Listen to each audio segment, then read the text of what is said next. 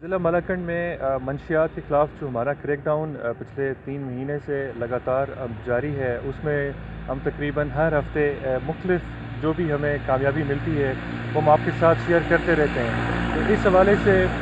30 تاریخ کو یعنی 2 دن پہلے ہمیں ایک خفیہ اطلاع ملی،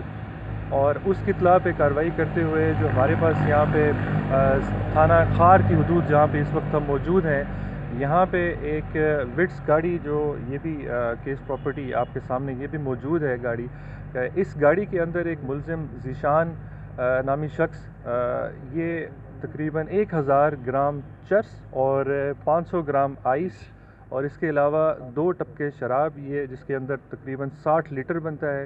اور اس کے علاوہ جو تقریباً 60 جو بوتلیں ہیں وہ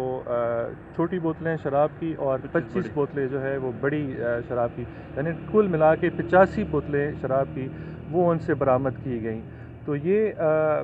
دوبارہ سے ایک ہم آپ کو بتانا چاہ رہے ہیں کہ جس طرح منشیات بالخصوص آئس، ہیروئن، چرس اور یہ شراب، ان کے خلاف جو کریک ڈاؤن کا سلسلہ جاری ہے، اور ہم نے پچھلے ایک کھلی کچہری میں مالاکنڈ کی باشعور عوام سے بھی درخواست کی تھی کہ ان کے پاس بھی اگر کسی قسم کی خفیہ اطلاع ملتی ہے تو وہ ہمارے ساتھ شیئر کر سکتے ہیں۔ تو میں اس کارروائی کے حوالے سے بھی مالاکنڈ کی عوام کا شکریہ ادا کرتا ہوں کہ انہوں نے ہمارے ساتھ ایک دفعہ دوبارہ یقین دہانی کرائی اور انہوں نے ہمارے ساتھ تعاون کیا، اور انہی کی ایک خفیہ اطلاع کے اوپر یہ کارروائی بھی